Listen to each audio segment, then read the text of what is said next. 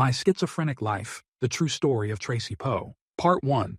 Childhood. Chapter 1. My First Cat. One of my first memories was of a black cat. His name was Blackie Midnight Poe. My brother and I named him by proclamation, each of us giving him a separate name and then adding our last name. This was at the house on Kings Point Road in the Beverly Hills subdivision in Houston, Texas, where I lived until I was 4 years old. I was 3 years old, and even at such an early age, I realized this cat had problems. He broke his leg twice and was in a cast in the garage. I remember seeing him there. When he was better, my mom got him a litter box in the house. I saw her put him down in the litter box, and he hopped out and peed on the floor. My brother and I laughed, but my mom did not. My mom did not cuss ever in her life when we were kids, but I bet she wanted to after all that cat did. I thought that cat threw up a chicken leg for years. It was my young mind making sense of the shape of a firm cat vomit. Years later, after the cat had disappeared from our lives, my mom told us that the cat had crawled under the car, and she drove him to the Sears store in Pasadena, Texas. She heard him meowing under the car, and when she got out to look, he ran off through the parking lot. One of my first memories was of this cat in front of the house on Kings Point. I have had 25 more cats since then, but this was the first one in my life. I was born in 1963, and I started forming memories around 1966. Chapter 2. Knocked Out. When I was 4, my brother would stand on the footboard of the top bunk bed and touch the ceiling. I tried to do it, but I was too short or too uncoordinated. I remember lying in a car going somewhere, and then I woke up in a baby bed in the hospital. I fell off the top footboard and hit the back of my head on the back of a chair. My brother told me about it after the fact. My mom was hosting her bridge club when I fell, and I knocked myself out. Our babysitter, who played bridge with my mom's club, had a big red car, and I remember being in it but nothing else.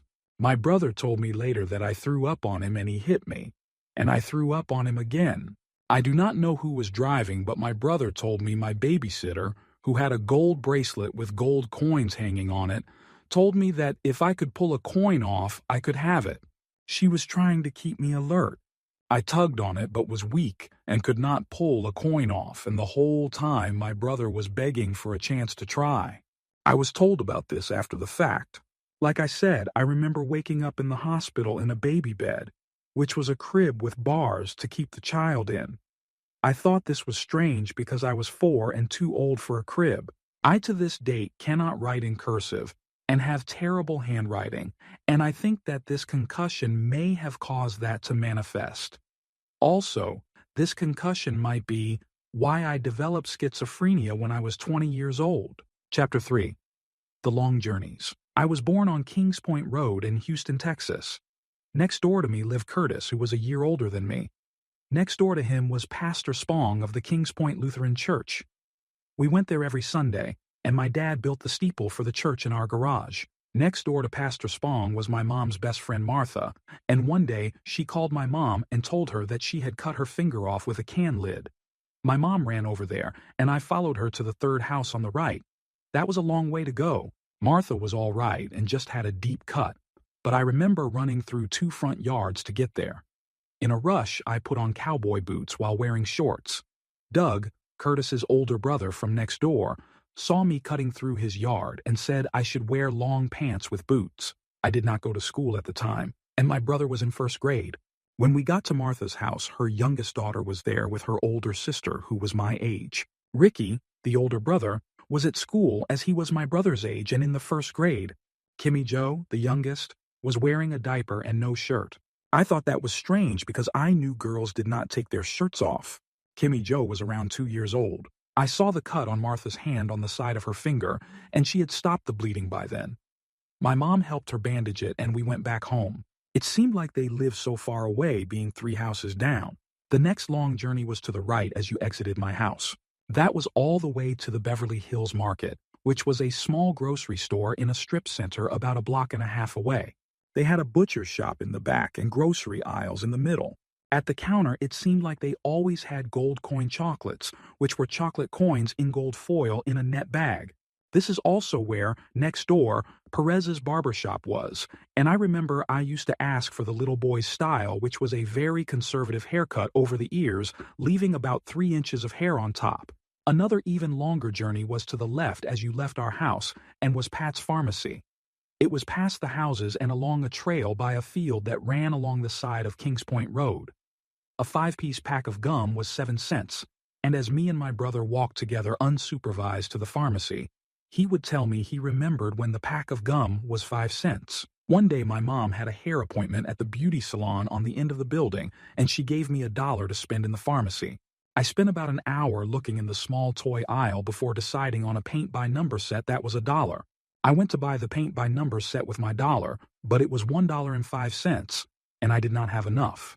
That is when I learned about tax. My mom came back with her hair done and paid the 5 cents so I could get my paint-by-number set. They had a soda fountain at Pat's Pharmacy, and my brother would get a special drink, which was all the flavors of soda mixed in one glass. They also served hamburgers and other fast foods there. We walked to these places by ourselves, which nowadays would be unheard of for a 4-year-old and a 7-year-old to go off unsupervised. We had a dog named Sky King of Sixpence that we called Sky. He was a Sheltie, and he used to walk me around the block when I took him on the leash. He led the way. He got out one day and a car hit him, and he died. These were the first long journeys that I ever remember taking. Chapter 4, Kings Point. The following are random memories from our first house on Kings Point Road in the subdivision of Beverly Hills in Houston, Texas. I remember we had a black and white television on a portable aluminum stand like a TV tray in the front room that I would watch. My brother loved the Three Stooges, and that is the first thing I remember seeing on it. Also, my dad had a reel-to-reel tape recorder, and he belonged to a club that sent tapes each month. I especially remember a tape that had percussion instruments that was very lively. That was my dad's favorite. He also belonged to a record club, and he had strange albums that he would play on a record player. He had an album called Guggenheimer Sauerkraut Band, Music for Non-Thinkers, that played German music badly, and my dad would listen with us as captives and just laugh at it. Me and my brother had a close and play record player in our room, and our favorite song to play was Saber Dance, which was on the B-side of a 45 RPM record that had a story on side A. We would play Saber Dance and dance around. I got a paper cut from a Dr. Seuss book on the knuckle of my right-hand index finger, and I still have the scar from that as the cut would not heal because the wound opened every time I bent my finger. I remember my mom throwing out all our stuffed animals. I also remember peeing in the toy box. For years I never put 2 and 2 together, and that I ruined the stuffed animals by peeing on them, thinking I must have not had much pee back then. Years later, I realized that it was me that ruined the stuffed animals. There was a small sunken garden full of white rocks on the front porch that would flood when it rained, and I put toads into it to watch them swim. Later I saw that they all had drowned. My dad played golf, and his golf bag mesmerized me. I would take 2 clubs out and use them as ski poles in my imagination and would pretend to ski around the yard. There was a wisteria bush in our yard, and I used to make a bow and arrows out of the branches with the help of a piece of string. We had a 1964 Chevy Nova 2 station wagon for a car, and my dad had a 1953 Renault that he would drive. My dad had built a room off the kitchen of the small 2-bedroom house on Kings Point Road, and we used it as a dining area. I remember I could swallow a marble and cough it back up before it went all the way down. I showed my brother this sitting at the table in that room. I also remember being in this room and putting pennies in my mouth and thinking they tasted funny. These are my earliest memories as we moved from that house in 1968, when I was still 4 years old. Chapter 5. A New House. In the summer of 1968, before my 5th birthday, we moved to a bigger house in Beverly Hills, just down Kings Point Road, and around the corner to a street called Caribbean Lane. I remember riding in my father's Renault with a jug of milk at my feet the first time I went there. The first thing me and my brother noticed about this house was that the kitchen connected to a dining room, which connected to a sunken living room, which led to the entry hall by the front door, which led into the den, then around a bar and back into the kitchen. My brother and I began chasing each other around this loop in the house. My brother and I shared a room for the first few years we lived there, but later my brother moved into the 3rd bedroom on his own. The floor of the house was covered with textured white tile, But within a year or two, my dad had gotten blue shag carpet installed throughout the house, except in my room, where they put in a low green pile carpet so that I could use my train set. We soon got a big color television for the den, and I remember in 1970 seeing on it a big 70 fly out on the screen on one of the three main channels as an ad for the decade. I used to lay in front of the TV and put my feet in the space beside the tube where the speaker was, and there was room for 2.5 of my foot size there in that space.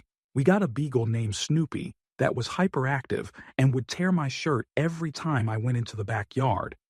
He was not there for long, and we gave him to people that owned a farm where he could run free, I guess. Then we found 2 dogs on the street and adopted them. There was Harry and Poochie.